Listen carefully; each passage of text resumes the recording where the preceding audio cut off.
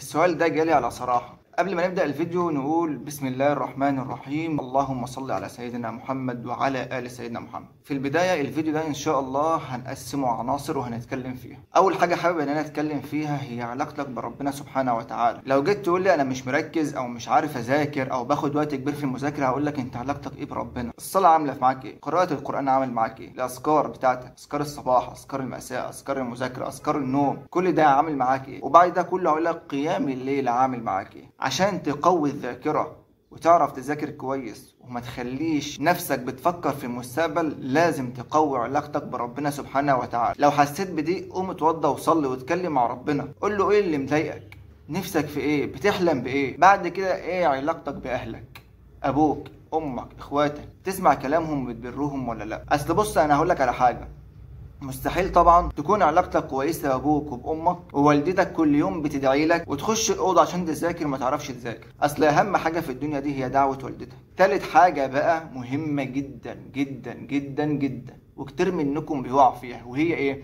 صحابك. هل صحابك بيعينوك على المذاكرة؟ هل صحابك بيشدوا أزرك في المذاكرة؟ هل صحابك بيشجعوك ولا بينيموك ويحبطوك؟ ده أنا والله ما بذاكرش. أيوة يا عم أنت بتذاكر وسايبنا، مش عارف أنا لو دخلت الامتحان هعمل إيه. مالكش دعوة بالكلام ده كله. بص يا عم، موقف صغير كده هحكيهولك. كان في قرية فيها ضفادع، فجه واحد من بره عمل مسابقة إن اللي هيطلع الجبل ده هو هياخد جايزة. فالضفادع كلها اتجمعت وعايزه تطلع الجبل ده، والناس تحت عماله تهتف وتقول لهم انزلوا انزلوا مش هتعرفوا توصلوا. بدأوا يطلعوا واحد ورا التاني، اول واحد يسمع الكلام ويقع، تاني واحد يسمع الكلام ويقع، تالت واحد يسمع الكلام وتقع، لحد ما المسابقه بدأت تخلص وواحد بس هو اللي طلع ووصل لقمه الجبل فوق. فجم يسألوه انت عملت كده ازاي؟ اتضح ان الضفدع ده طلع اطرش ما بيسمعش.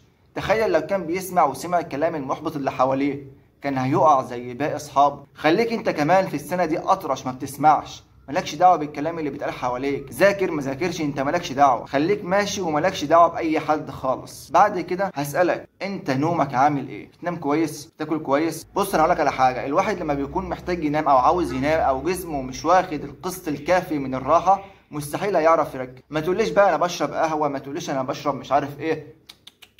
لازما دماغك وعقلك يكونوا فايقين، وعمرهم ما هيكونوا فايقين وانت مش نايم كويس. فلازم تكون واخد قسطك من الراحه علشان تعرف تركز. بس ده مش معناه ان انت تنام بال10 ساعات وبال12 ساعه وتقول لي لا علشان اخد القسط الكافي من الراحه. ده مش معناه كده. انت عارف انت راحتك في كام ساعه في اليوم، بس ما توصلش للعدد ده. بعد كده هقول لك مشاكلك النفسيه عامله ايه، في ضغوطات عليك ولا لا، لان مستحيل الواحد يعرف يركز وفي حواليه ضغوطات. ودي رساله لاولياء الامور مش للطلبه، ما يضغطش على ابنك. مش لازم كل شويه تقول له احنا امنا عليه، ذاكر بقى عشان توصل زي ابن عمتك، ذاكر بقى عشان تبقى زي بنت خالتك. واوعى تقارن ابنك بحد. لو عاوز ابنك يفشل قارنه بحد، لو عاوز ابنك ما يحققش حاجه قارنه بحد، لو عاوز ابنك ما يوصلش قارنه بحد. نخف الضغط شويه عن ولادنا. انا عارف ان في التعليم اولياء الامور هم اللي بيكونوا بيتعلموا مش الطلب، بس احنا برضو لازم نخفف عنهم شويه ونوفر لهم المكان اللي يقدروا يذاكروا فيه والحاله النفسيه اللي تهيئهم ان هم يذاكروا ويوصلوا اللي احنا بنتمناه ليهم. بعد كده بقى اخش في مساله الاجهاد. يعني لو انت كان عندك على مدار اليوم كله دروس،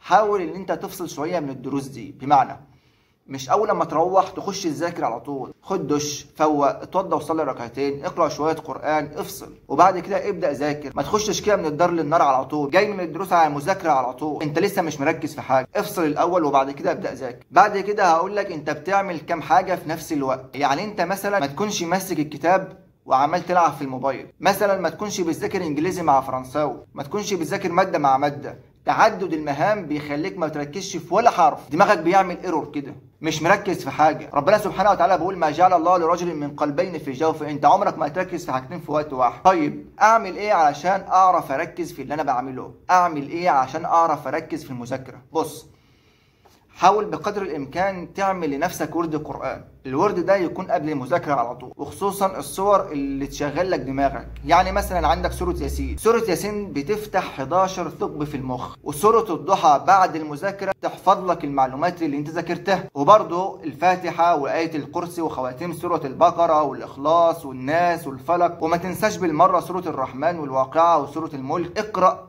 قبل ما تذاكر قرآن، وقول أذكار قبل المذاكرة، وبعد ما تخلص المذاكرة قول الأذكار بتاعة المذاكرة. حاول بقدر الإمكان إنك ما تذاكرش في نفس الأوضة اللي أنت بتنام فيها، عشان أنت أول لما هتشوف السرير هتتغطى، وأول لما تتغطى هتتدفى، وأول لما تتدفى هتروح في النوم. غير المكان اللي انت بتذاكر فيه لو كان بتاع النوم. حسيت بملل اطلع على السطح مثلا، اقعد في البلكونه، غير المكان باي طريقه. واوعى تذاكر وانت ماسك الموبايل، خرج الموبايل بره الاوضه اللي انت قاعد بتذاكر فيها. ابعد عن نفسك اي مشتت عشان تعرف تذاكر وتستوعب بقدر اكبر ما يمكن. وفي الختام، وان هزت رياح اليأس مركبنا فحسن الظن بالله ينجينا. ولو عاوز تبعت لي ومحروج، هسيب لك اللينك بتاع صرحني تحت في الكومنتات لو انت بتتابعني على الفيس او الانستا، ولو بتتابعني على اليوتيوب هسيبه لك في الوصف.